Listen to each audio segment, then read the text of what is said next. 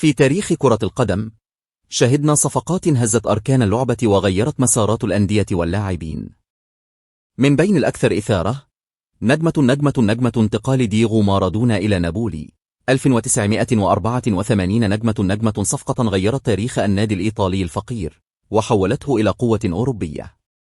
بلغت قيمة الصفقة حوالي 10 ملايين ونصف المليون دولار. نجمة انتقال لويس فيغو إلى ريال مدريد 2000.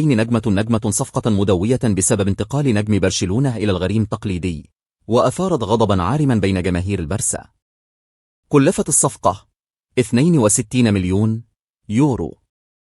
نجمة انتقال كريستيانو رونالدو إلى ريال مدريد 2009. نجمة رقم قياسي في ذلك الوقت، حيث دفع النادي الملاكي 94 مليون يورو لضمه من مانشستر يونايتد.